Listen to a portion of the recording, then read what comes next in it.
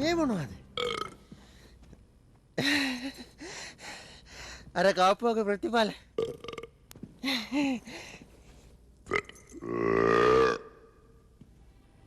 ඔයා මොකද චැලෙන්ජ් කරන්නද හදන්නේ? ඔව්. හරි බලමුද?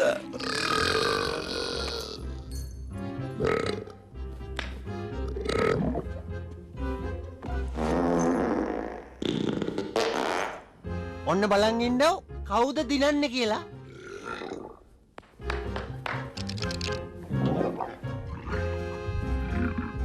පරක්කුයි වගේ. අයියෝ!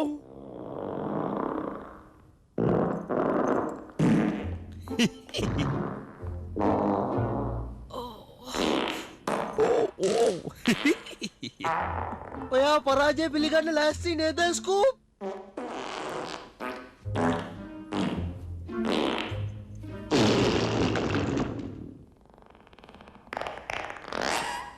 අපි මෙහාට ආවේ ලොකු ප්‍රශ්නයක් විසඳන්න නේද ශගි? ඒකනේ ස්කූප්.